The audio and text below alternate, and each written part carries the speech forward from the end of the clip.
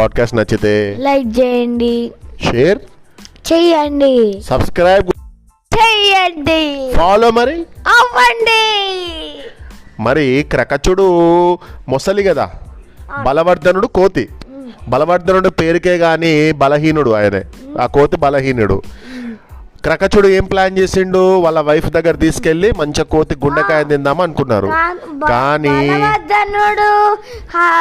తెలివిగా వెయిట్ లో తక్కువ కానీ తెలివిలో ఎక్కువ. తెలివిగా ఏం చేసిండు, అయ్యో నా గుండెని చెట్టు మీద పెట్టినా మనం పోయి చెట్టు మీద ఉన్న గుండెని తీసుకొని వద్దాం సరేనా అని చెప్పి ఎలాగోలో తప్పించుకున్నాడు కదా. ఇక ఏం చేసిండు, వెంటనే ఒడ్డుకు చేరేసరికి చెంగున వెళ్ళి చెట్టు మీదకి ఎక్కిండు. దుర్మార్గుడా, నీతో స్నేహం చేసిన పాపానికి నా ప్రాణాలు తీద్దామనుకున్నావు. నీతో స్నేహం చేసి పొరపాటు చేశాను, తప్పు నాదే. అయితే అదృష్టం బాగుండి బ్రతికి బయటపడ్డాను. నీకు నీ స్నేహానికో దండనరా నాయన, చాలు వెళ్ళి ఇక్కడి నుంచి అని గట్టిగా అరిచాడు. అయినా క్రకచుడు కదలలేదు. అప్పుడు ఓ కథ చెప్పాడు బలవర్ధనుడు. తనని చంపబోయిన నక్క నుంచి తాబేలు ఎలా తప్పించుకున్నది అనేది కథ. మరి ఆ కథ ఏంటో ఇప్పుడు మనం విందామా? అదే నక్క తాబేలు కథ. అనగనగా ఓ నది. ఆ నదిలో తాబేలు ఉండేది. ఓ రోజు మధ్యాహ్నం నదిలోంచి తీరానికి చేరి అక్కడ చెట్టు మీద నీడన పడుకొని ఉంది ఆ తాబేలు. సరిగ్గా అదే సమయానికి నీళ్లు తాగుదామని నది దగ్గరకు వచ్చింది ఓ నక్క. నీళ్లు తాగబోతూ చెట్టు కింద పడుకొని ఉన్న తాబేలును చూసింది. ఆహా, ఎంత అదృష్టం, మంచి ఆహారం దొరికింది అనుకుంది నక్క. పరుగున వచ్చి తాబేలు మీద కాలు వేసింది. అదిమి పెట్టి గట్టిగా నొక్కి పెట్టి దాన్ని ఇలా ఉందట. అప్పుడే మెలకు వచ్చిన తాబేలు, అయ్యో ఎవర్రా నా నెత్తి మీద నా డిప్ప మీద కాలు పెట్టింది ఎవరు అని ఆలోచించింది. తాబేలు తల, కాళ్ళు, చేతులు మెత్తగా ఉంటాయి కదా, వీపు భాగం మాత్రం గట్టిగా ఒక పెద్ద బండలాగా ఉంటుంది. ప్రమాదం పొంచి ఉన్నదని తెలిస్తే శరీరానంతా చిప్పలోకి లాక్కుంటుంది తాబేలు. అలా జాగ్రత్త పడుతుంది. ఆ స్థితిలో చిప్ప పగులగొట్టి తాబేలు తినడం ఏ జంతువు వల్ల కూడా కాదు. ఎప్పుడైతే తన వీపు మీద నక్క కాలు మోపి అదిమిందో, అంటే గట్టిగా ఇలా ఒత్తిందో, అప్పుడు తాబేలు శరీరానంతా లోపలికి లాక్కుంది. తిందామంటే తాబేలు యొక్క ఏ భాగము కనిపించలేదు నక్కకి. రకరకాలుగా ప్రయత్నాలు చేసి అలసిపోయింది అది. ఆ క్షణంలో తాబేలు ఇలా అంది, ఎంత ఆశపడి వచ్చావో, ఎంత ఆకలిగా ఉన్నావో, పాపం నిన్ను చూస్తుంటే నాకు జాలేస్తుంది. నువ్వు నన్ను గట్టిగా నొక్కి పట్టినప్పుడే నా ప్రాణాలు. నేను నీకు ఆహారం కావడం నేను చేసుకున్న పుణ్యం. అయితే నా వీపు మీద కాలుంచి నువ్వు ఇలా అదిమినంత మాత్రాన లోపల నేను నీకు చిక్కను. నేను చిక్కాలంటే నా వీపు మెత్తపడాలంటే నువ్వు నన్ను నీళ్ళలో నానబెట్టాలి. అప్పుడు మెత్తపడి నేను నీకు పండులా అందుతాను అని చెప్పిందట. మరి తాబేలు ఆలోచన ఏంటి? నీళ్ళలోకి వెళ్తే తాబేలు ఉంటుందా? స్విమ్ చేసుకుంటూ వెళ్ళిపోతుంది. తాబేలు మాటలు నమ్మలేదు నక్క. తప్పించుకునేందుకు చేస్తున్న ప్రయత్నం అని తెలుసుకుంది. అసలుకే గుంట నక్క, తెలివితేటలు బాగుంటాయి. అయినా తాబేలు మాటల్లో నిజం లేదనిపించింది. అంటే సరేలే, నిజంగానే కదా, గట్టిగా ఉన్న వస్తువుని నీళ్ళలో నానబెడితే ఏమవుతుంది? మెత్తగా అయిపోతుంది. మరి మెత్తపడాలంటే నానబెట్టాల్సిందే అనుకుంది. మెల్లగా నీళ్ళలోకి లాక్కొచ్చింది తాబేలుని. పారిపోకుండా కాలు ఉంచి కదలకుండా చేసింది. 2 గంటలు అలా గడిచింది. అయినా తాబేలు మెత్తబడలేదు. నక్కకి చిరాకు కలిగింది. ఏంటిది, నానితే మెత్తబడతానన్నావు కదా, 2 గంటలుగా నానబెట్టినా మెత్తబడవేం అని అడిగింది నక్క. నువ్వు తప్పు చేస్తున్నా నన్ను అంటావే అని అంది తాబేలు. నేనేం తప్పు చేశాను అంది నక్క. నా మీద కాలు పెట్టి అదిమి నిల్చున్నావు. నీరు నాకెక్కడ తగులుతుంది? ఒకసారి కాలు తీసి చూడు, కాసేపటికి మెత్తబడతాను అంది తాబేలు. అలాగా అంటూ ఆలోచనలో పడింది నక్క. తప్పదిక కాలు తీసి చూడాల్సిందే అనుకుంది. తీసింది. నక్క తన మించి కాలు తీయడమే ఆలస్యం. చంగున వెళ్ళిపోయిందా తాబేలు.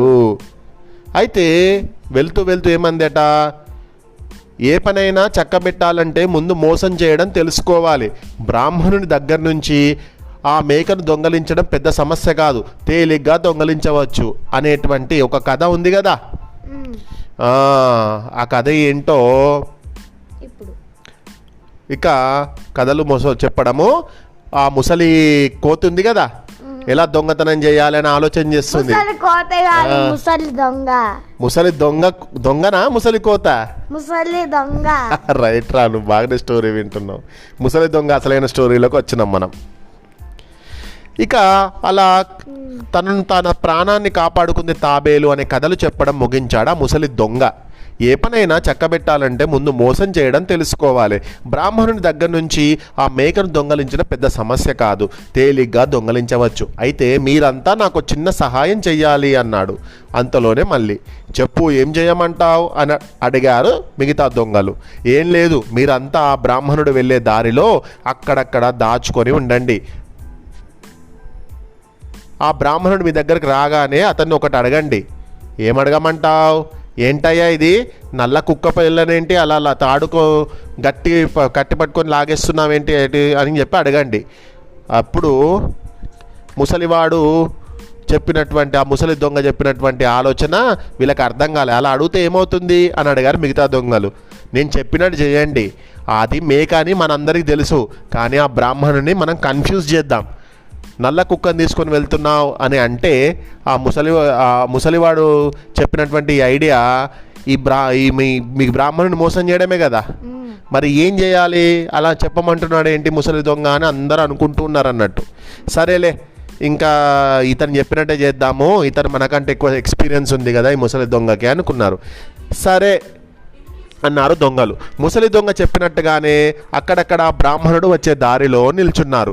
మేకతో పాటుగా వచ్చాడా బ్రాహ్మణుడు. దగ్గరికి రాగానే అతన్ని పలకరించాడో దొంగ. ఏంటయ్యా ఇది, నల్ల కుక్క పిల్లను తాడు కట్టి లాకెళ్తున్నావేంటి? చూడబోతే మళ్ళీ బ్రాహ్మణుడివి, అలా కుక్కలను పట్టుకొని తిరుగుతారా అని అడిగిండట. వెనక్కి తిరిగి మేకను చూశాడా బ్రాహ్మణుడు. తర్వాత దొంగకేసి కోపంగా చూశాడు. ఓరి బడుద్దాయ్, పొద్దున్నే తాగావా అని అడిగాడు. అది కాదు బాపనయ్య అని ఏదో చెప్పబోయాడా దొంగ. మాట్లాడక్ అని హెచ్చరించాడా బ్రాహ్మణుడు. ఏం చెప్పిండట, నేను ఒక యజ్ఞం కోసము ఈ నల్ల మేకను తీసుకొని వెళ్తుంటే కుక్కంటావేంటిరా గాడిదా అని తాగుబోతులే ఇలా మాట్లాడతా, తప్పుకో అన్నాడా బ్రాహ్మణ్. నమ్మలేదు. దొంగను చేత్తో దూరంగా నెట్టి ముందుకు నడిచాడు అతను. కొద్ది దూరం నడిచాడో లేదో ఇంకో దొంగ పలకరించాడు మళ్ళీ ఆ బ్రాహ్మణుడిని. ఏంటయ్యా పంతులు, నువ్వు చేస్తున్న పని? వేదాలు చదువుకున్నవాడివి కుక్కను ముట్టుకుంటేనే మహాపాపం అని కుటుంబంలో పుట్టి ఓ నల్ల కుక్క పిల్లని లాక్కుంటున్నావేంటి? తీసుకొని వెళ్తున్నావు ఎక్కడికి? ఏంటయ్యా నీకు దరిద్రం అని అన్నాడు. ఇద్దరు ఒకే రకంగా అడగటంతో ఇక ఆ బ్రాహ్మణుడికి అనుమానం వచ్చింది. ఏంటి, నిజంగా నేను కుక్క పిల్లని తీసుకెళ్తున్నానా? అందరు నాకు ఇది మేకలాగా అనిపిస్తుంది, అందరేమో కుక్క పిల్ల అంటున్నారేంటి అని అనుకున్నాడు.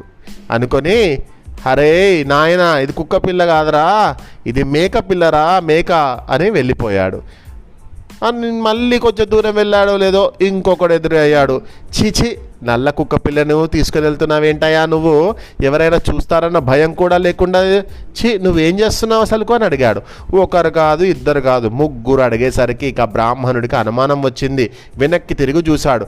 కుక్క పిల్ల కళ్ళు ఇక కుక్క పిల్లనేమో అని అతనికి కూడా అనుమానం వచ్చింది. కానీ అది మేక పిల్లనే. అయ్యో ఇక ఎలా అని చెప్పి, ఏంటి నిజంగానే నేను కుక్క పిల్లని తీసుకెళ్తున్నా అనేటువంటి డౌట్లో వచ్చాడు. కొద్ది దూరం నడిచాడు. అక్కడ ఇద్దరు దొంగలు ఎదురయ్యారు. బ్రాహ్మణుడికి సాటి దొంగతో ముసలి దొంగ ఇలా అన్నాడు. చూశావా, కలికాలం కాకపోతే ఒక బ్రాహ్మణుడు అయి ఉండి కుక్క పిల్లను పట్టుకెళ్ళడం ఏంటి చెప్పు? కుక్క పిల్ల అడిగాడు బ్రాహ్మణుడు. కాకపోతే మేకపిల్లనా?